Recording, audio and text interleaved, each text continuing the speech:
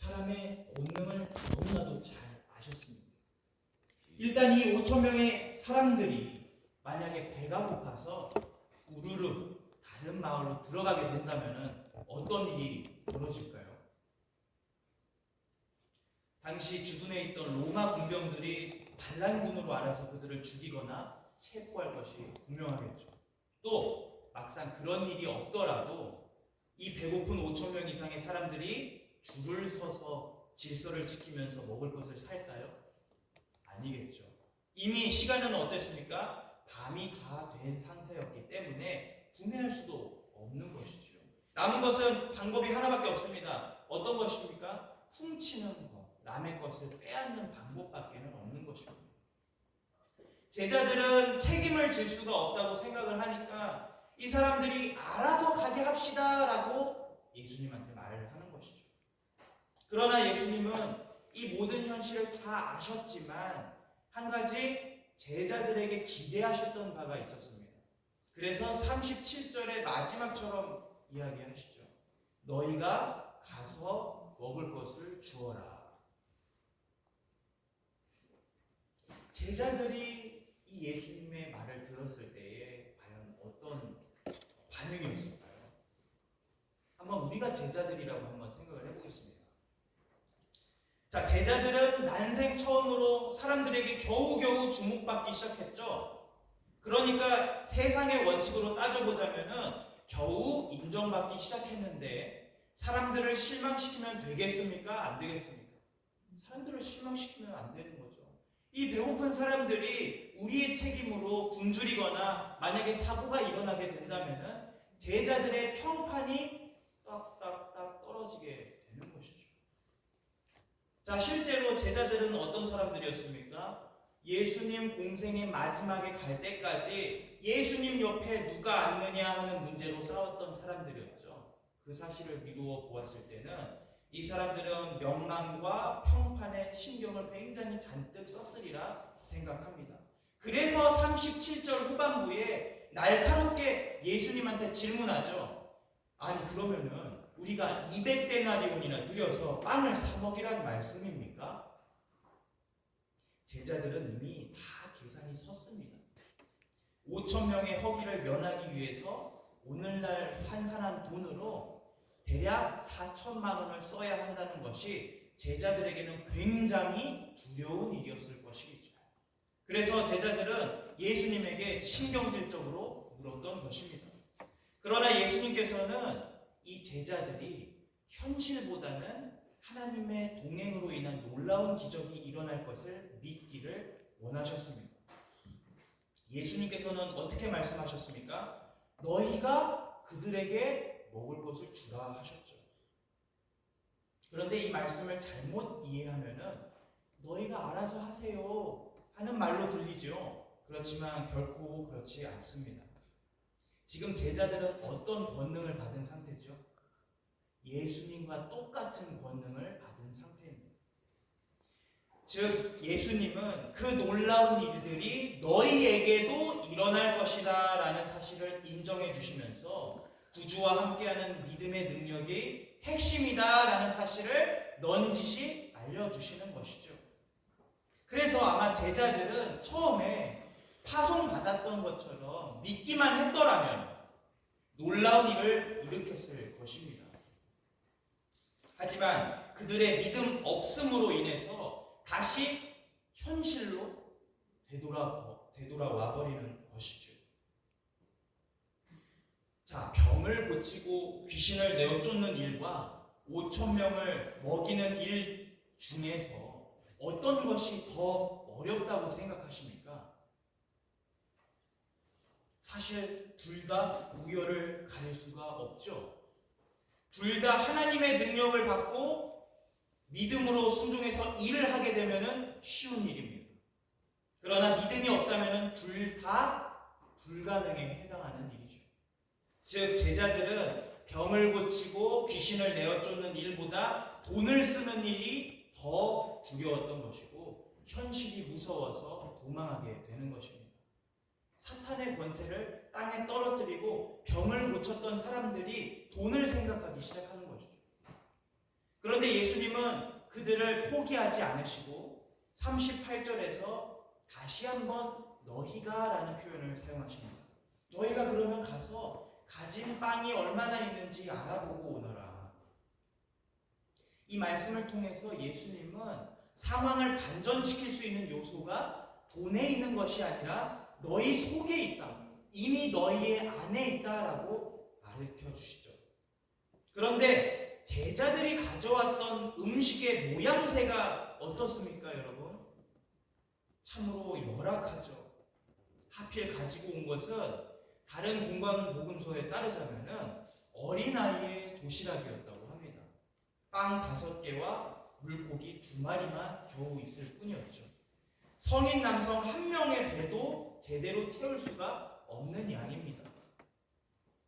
자, 그렇다면은 예수님의 명령을 받아들였던 그 제자들은 또 어떻게 도시락을 찾았을까요? 어떤 모양새로 그 도시락을 찾았을까요? 한번 그 제자들의 모습을 상상해 보시길 바랍니다. 막 최선을 다해서 예수님의 명령을 수행하기 위해서 군중들 사이를 헤집고 찾아다녔을까요?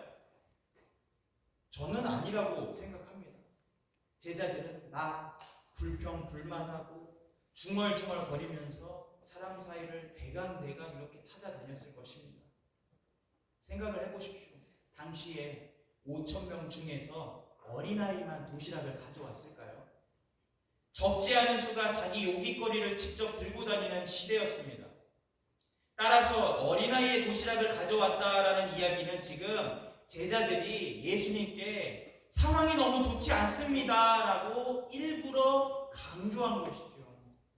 이 어린아이의 도시락은 예수님에게 무언의 압박, 메시지를 보내는 것입니다. 예수님, 이렇게 빈약한 상황인데 어떻게 이 어린아이의 도시락이 현실을 바꿀 수 있겠습니까? 만약에 우리와 함께 일하는 사람들이 이런 마음가짐으로 일한다고 한다면 어떤 마음이 드실 것 같으세요? 저 같으면 등짝을 한 대 후려치고 싶은 마음이 들 것 같습니다. 그러나 예수님은 그렇게 하지 않으시죠. 예수님은 또다시 제자들에게 명령하십니다. 이번에도 제자들의 힘을 빌리시죠. 모든 사람들을 제자들을 통해서 잔디 위에 앉게 하셨고 50명씩 100명씩 앉게 되었습니다. 41절을 살펴볼까요? 그런데 41절에서 느닷없이 갑자기 현실이 뒤집어지는 초월적인 상황이 벌어지죠. 예수님께서는 제자들의 불평불만, 믿음 없음 그 자체를 반영하는 어린아이의 도시락을 하나님께 드리고 축사하십니다. 그리고 39절에서 제자들에게 명령하신 것 같이 41절에서 다시 한번 제자들의 손을 통해서 빵과 물고기를 사람들에게 넘기십니다. 누구의 손을 통해서요? 제자들의 손을 통해서요.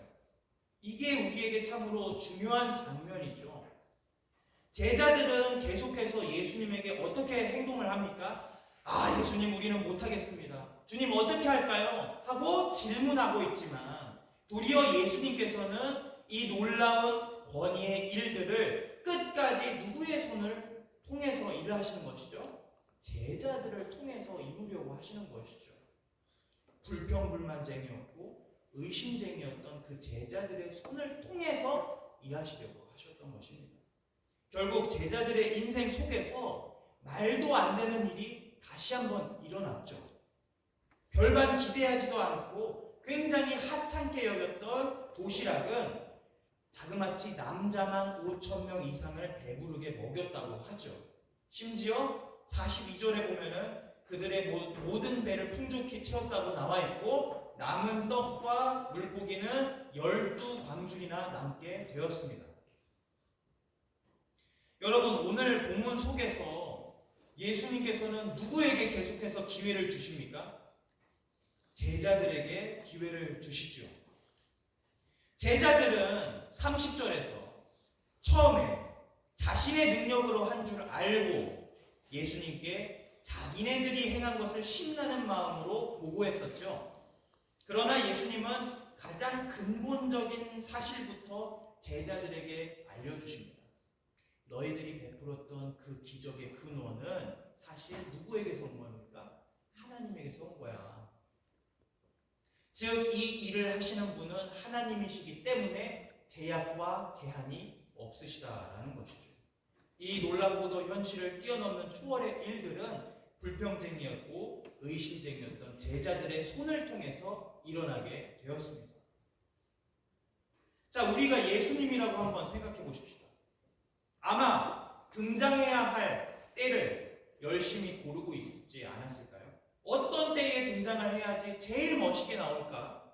제자들이 막 비로소 하찮은 도시락을 보여주었을 때에 아마 제가 예수님이었다면은 손팔 다 걷어붙이고 나와봐! 내가 다 처리할게! 하고 외치고 혼자 축사하고 혼자 기도하고 혼자 나눠주고는 이 이야기의 위대한 주인공으로서 홀로 집중을 받았겠죠. 그런데 예수님은 그렇게 하지 않으셨습니다. 그분은 계속해서 속 터지는 제자들에게 기회를 주셨고 믿음에 대해서 깨닫길 원하셨던 거죠. 그런데 이러한 은혜가 우리에게도 임하고 있다는 사실이 참으로 감사한 것입니다. 우리들의 인생의 긴 기간 동안에 얼마나 많은 부분을 주님 앞에서 불평불만했고 짜증 섞인 목소리로 주님, 제가 왜 이 일을 해야 됩니까? 그냥 그들에게 알아서 하라고 명령하십시오. 저에겐 그런 돈 없습니다. 드디어 내가 유명해졌는데 내 평판이 나빠지면 어쩌려고요? 나는 대접받아야 할 사람입니다. 하는 그런 원망을 했는지 모르죠. 저 역시도 마찬가지입니다. 하나님, 내가 도대체 왜 이런 일을 합니까? 얼마나 많은 밤을 원망으로 지새웠는지 모릅니다. 그러나 중요한 것은 그러한 감정에 잡아먹히는 것이 아니라 하나님을 믿는 믿음을 가지는 것이죠. 어떤 믿음을 가져야 하는 것입니까? 우리가 하는 것이 아니라 우리와 함께 하시는 하나님이 이 밑바닥 같은 현실을 역전시켜 주셔서 결국엔 승리하게 해주시고 적은 빵과 물고기를 가지고서 5,000명을 먹였었던 놀라운 일들이 세상의 위대한 사람들의 손이 아니라 우리의 손으로 이루어진다는 점을 굳건하게 믿어야 한다는 것이죠. 그런 면에서 우리는 인생 속에서 화가 나고 지칠 수 있겠지만 그때마다 주님은 우리를 통해서 놀라운 일을 일으키시겠다고, 이전에 없었던 일들을 너희의 손으로 이루게 해주시겠다고 약속을 하셨죠. 각자의 비전에 대해서 한번 생각해 보길 원합니다. 가정을 신앙으로 세우는 일, 가정 예배 드리는 일, 하루하루를 그리스도인으로 살아내는 일은 세상 사람들의 기준에서는 쓸모없고 볼품없어 보이는 가치 같아 보이죠. 그러나 하나님의 시각에서 볼 때에는 이러한 우리의 노력들은 세상의 어떤 일들을 이루고 성화를 이루게 하는 하나님의 위대한 발걸음이라는 것이죠. 이 사실을 믿고 우리들이 비전과 꿈과 희망으로 나아가는 그리스도인들이 되길 원합니다. 마지막으로 우리는 12광주리에 잠깐 초점을 맞춰 보도록 하겠습니다. 왜 하필 12광주리가 나왔을까요? 많고 많은 수 중에 왜 12광주리를 강조했을까요? 의문을 한번 가져보는 시간입니다. 아마 여러분들도 이미 짐작을 하셨을 것이지만 지금 이 본문에서의 믿음의 성장은 누구에게 일어나고 있습니까? 제자들, 12제자들이죠. 따라서 이 12이라는 숫자에 대해서 예수님께서는 뭔가를 우리에게 전달해 주시고자 하는 것이 분명하죠. 12이라는 숫자는 이스라엘을 상징하는 말이기도 하고 제자들을 말하는 뜻이기도 하죠. 그런데 여러분들이 보시기에는 예수님께서는 옛날 이스라엘을 부르러 오셨습니까? 아니면 새로운 이스라엘을 부르러 오셨습니까? 새로운 이스라엘이죠. 우리와 같은 이방인들도 포함되어 있는 새로운 이스라엘을 부르러, 그들을 채우러 오셨습니다. 그렇기 때문에 12광주리가 남았다라는 것은 앞으로 새 이스라엘을 채우실 분은 예수님이시기도 하지만 결국 누구를 통해서 이루어진다는 것입니까? 제자들을 통해서 이 온 민족을 채우는 놀라운 일 역시도 12제자들에 의해서 일어난다라는 것이죠. 즉 온 세계를 변화시키는 데 앞장을 서고 사람을 고쳐 쓰는 일이 가능해지고 귀신을 내어 쫓으며 하나님 나라의 놀라운 기적들이 누구의 손으로 이루어진다는 것이죠? 제자들을 통해서 일어난다라는 것이죠. 그런데 여러분, 이것 또한 우리의 이야기이겠죠. 왜냐? 우리 역시 새로운 이스라엘 안에서 12광주리처럼 채워진 사람들이었고 12명의 제자처럼 예수님을 따르는 그리스도인이기 때문입니다. 따라서 우리들은 조금 더 큰 뜻과 큰 비전을 품기를 원합니다. 세상 사람들은 돈 많이 벌고 성공하자라는 굉장히 단순하고도 동물적인 비전을 고수하죠. 그러나 우리는 달라야 하길 원합니다. 우리는 더 영적이며 사람들을 살리고 사람들을 구원하는 일에 매진하길 원합니다. 그렇게 될 때에 혈기에 살고 있는 우리들은 우리 가족뿐만이 아니라 전 세계를 변화시키는 최전선에 서게 될 거라는 것이죠. 모쪼록 우리들의 비전이 무엇인지, 우리를 붙잡고 있는 현실은 또 무엇인지, 또 그것을 우리의 손으로 함께 뛰어넘어 가시도록 해결해 주시는 주님의 은혜가 얼마나 큰지 묵상해 보길 원합니다. 우리가 기도하고 이제 집으로 돌아가시는 그 과정 속에서 하나님의 크신 일들이 우리를 통해서 이루어진다는 그 사실에 감사하시며 내가 바뀌고 내 가족이 바뀌고 내 속해 있는 공동체가 바뀌고 결국에는 내가 살고 있는 이 나라가 바뀌는 놀라운 일들을 기대하시는 모든 매목교회 성도님들 되시길 주님의 이름으로 권면합니다. 이 시간 우리 함께 기도하겠습니다. 우리 앞에 거대해 보이는 현실이 있죠. 그런데 그 현실을 넘지 못하는 이유가 있습니다. 마치 우리가 행하는 것처럼 생각하기 때문이겠죠. 세상 속에서 우리 혼자 살아가는 것처럼 우리가 인생의 주인공인 것처럼 행동했기 때문에 우리는 제자들처럼 돈의 문제에 또 여러 가지 상황의 문제에 봉착하고 혼자 절망했습니다. 그러나 예수님께서는 함께 해주신다 말씀하셨죠. 끝까지 제자들의 손을 놓지 않고 함께 일하셨던 것처럼 말이죠. 마찬가지로 우리의 삶 속에서도 놀라운 일들이 계속해서 우리의 손을 통해서 이루어집니다. 한 사람의 인생이 변화하고 예수님을 믿고 성화를 하는 그 놀라운 기적의 일들이 하나님에게서 우리의 손으로 이루어진다라는 것이죠. 그런 면에서 우리는 제자들과 똑같이 하나님의 권능을 누리고 체험하는 자들입니다. 이러한 사실을 아시고 주님을 의지하며 5,000명 이상의 배고픈 사람들을 먹이고도 12광주리가 남았던 그 충격적인 사건이 우리의 삶 속에서도 일어나길 간절히 원합니다. 이 시간 우리 함께 믿음을 달라고 주님께 간절히 마음 모아서 기도 드리시겠습니다.